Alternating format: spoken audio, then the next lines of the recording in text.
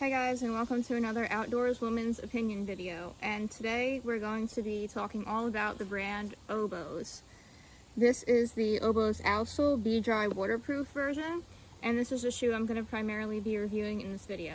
So we're going to get right into it. We're going to start by taking out the insert and looking at that a little bit. This is Oboz O-Fit insert that they're known for.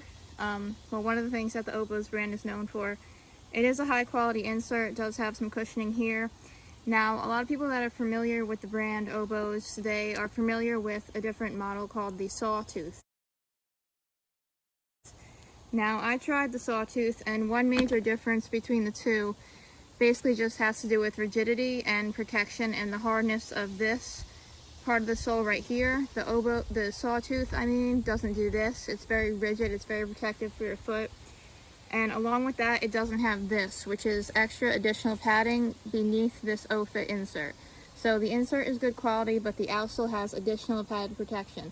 Some people don't want all that additional padding and protection. Some people just want a very, durable, hard hiking shoe so they feel their foot is protected. But the Sawtooth did not work for me personally because I need that extra protection due to an old injury where I actually fractured my heel bone. That is not a fun thing to do, guys. Try not to hurt yourself out there. But yeah, so because of my old injury, I need the extra added cushioning and also the more of a cushiony sole itself. So we're going to, in a second, get right into the field testing portion of this video. This video is going to be a little different. I'm going to edit it and show you testing this shoe in the actual field. But because when I was testing this shoe in the actual field, it got all muddy, so you guys couldn't really get a good look at the bottom.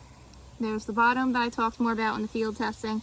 And then here is the Nubrook suede here throughout the shoe, which is not breathable, but the waterproofness of it is excellent, as we'll discuss in the field test. So we've been getting a lot of rain recently. The trails are really wet. So today I'm testing the Oboz outsole outside for the first time.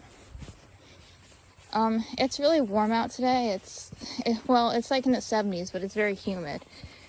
So the fact that these shoes do have that Oboz Be-Dry waterproof membrane. My first impression right now is that the shoe is very unbreathable. Like, my feet are kind of sweating, even though I am wearing basically moisture wicking hiking socks. Doesn't always necessarily prevent the actual sweating. But yeah, so first impressions are these shoes do run hot. And also, I need to find an actual hill on this trail, but I've been stepping on wet rocks and stuff on purpose to test the traction, and I did slip a little bit. So far, I'm, not extremely impressed. Okay, so here's a little bit of a slightly more hilly area. It's definitely not major technical terrain or any type of hill, but I just kind of want to see how I feel going downward in these shoes. Yeah, that's not too bad. I do feel a little bit of a grip, especially if I kind of run down a little bit on purpose.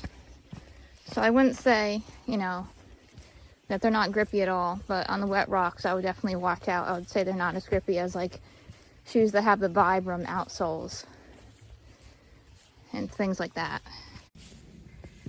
And things like that, of course, meaning other grippier compounds at the bottom of shoes. These are pretty caked with mud right now, because as I said, the trails are really wet. We've been having a ton of rain, a lot of storm damage, a lot of fallen trees, stuff washed out, fallen branches. But yeah, on the bottom of the Oboz shoes in the manufacturing process, they put basically carvings of mountains, and I believe those are the mountains in Montana where Oboz are made and, where the brand is from. So that's cool that they try to add that extra detail, but at the end of the day, it's all about, value for your money and the technical specs. And just as of now, I'm not feeling as much comfort in these shoes as I have in other hiking shoes, and I did wear them indoors for a few days first to break them in. So this isn't my first rodeo with these shoes. I will talk about a little story about the waterproofness though. So while I was wearing these indoors to break them in, I was cleaning out my humidifier in my house, and I actually spilled the humidifier and water spilled all over the top of the shoe, and my socks did not get wet. So A+ for waterproofness right now, if nothing else. Okay, so my short hike is over and I'm back to my car right now. I just changed my shoes to an old pair of shoes I keep in my car.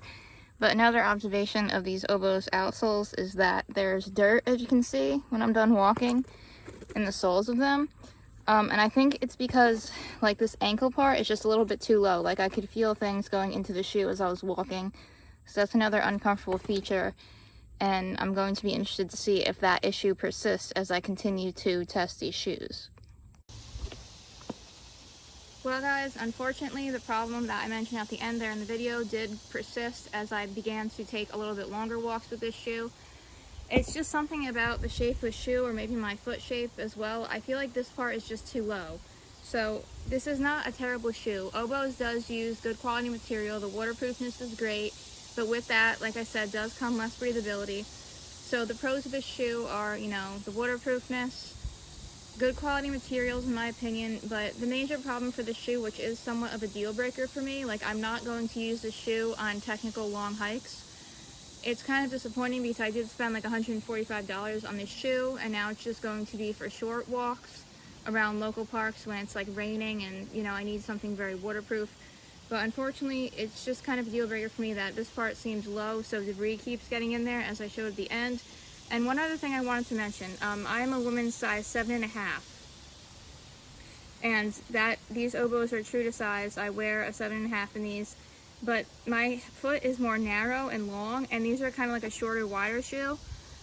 This video has nothing to do with Merrell, but this is a Merrell Bravada, and I don't know if you can tell the difference. These are both a women's size 7.5, but you can tell the Merrell Bravada is thinner and longer. Merrell doesn't make these anymore. They make the Bravada 2 now, which I have not gotten a chance to try, but this is the original Bravada 1. This shoe fit my foot like as if it was made for me. This is like a longer, skinnier shoe. So overall, this Oboz outsole, it's not a terrible shoe.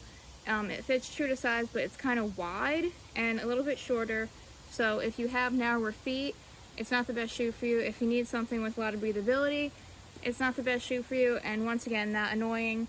Let's just do a comparison here if we can, maybe. It's hard to tell, but it's just the Oboz outsole here is just a little bit too low right here in my opinion, so debris kept getting inside. So overall, guys, this is not my favorite shoe, unfortunately, for the money, just because of the weird, my foot is just basically not shaped right for this shoe, and then this is just a little bit too low in my opinion.